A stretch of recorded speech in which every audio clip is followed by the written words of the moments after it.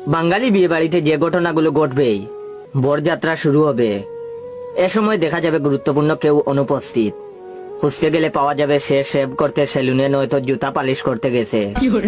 যথাযথভাবে আমন্ত্রণ করা হয়নি, এই অভিযোগে দু একজন আত্মীয় অনুষ্ঠান বর্জন করবে।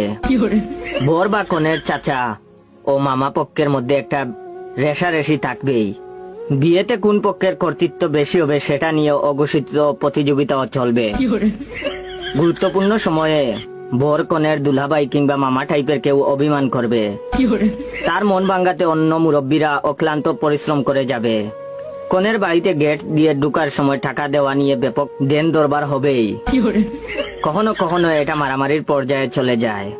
বরযাত্রীরা কখনোই যথাসময়ে কনের বাড়িতে পৌঁছাতে পারবে না এবং নির্দিষ্ট সংখ্যার চেয়ে বরযাত্রী বেশি হবে। এটা নিয়ে কনের পক্ষের খুঁটাও শুনতে হবে। পাত্রপক্ষের দেয়া শাড়ি কিংবা গহনার মান নিয়ে দুই পক্ষের তর্ক বিতর্ক হবে। এক্ষেত্রে সাধারণত কনের খালা ফুফুরা বেশি ভূমিকা পালন করে। মেয়ের বাবা কর্তৃক ছেলের যোগ্যতা অনুযায়ী খুশি করে দেয়া, যৌতুক নয় কিন্তু, নিয়েও বাদানুবাদ হবে।